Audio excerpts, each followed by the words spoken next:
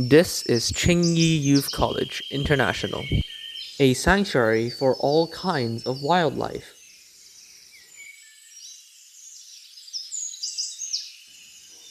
And these are two wild engineers in their natural habitat.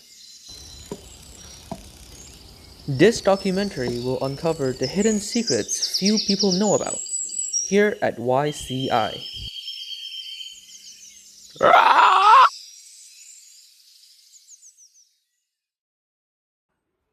An engineer has three developmental stages. Here we can see a juvenile engineer at its earliest stage. He learns to build circuit boards as part of their training.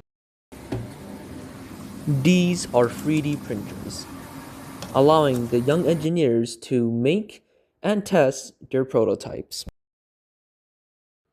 YCI also sends out these younglings to take part in different international STEAM competitions.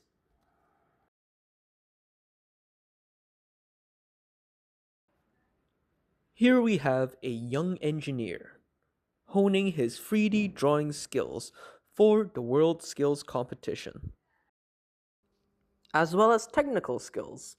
The engineer student also trains their presentation skills for global competitions like the VTC and ITE International Student Seminar.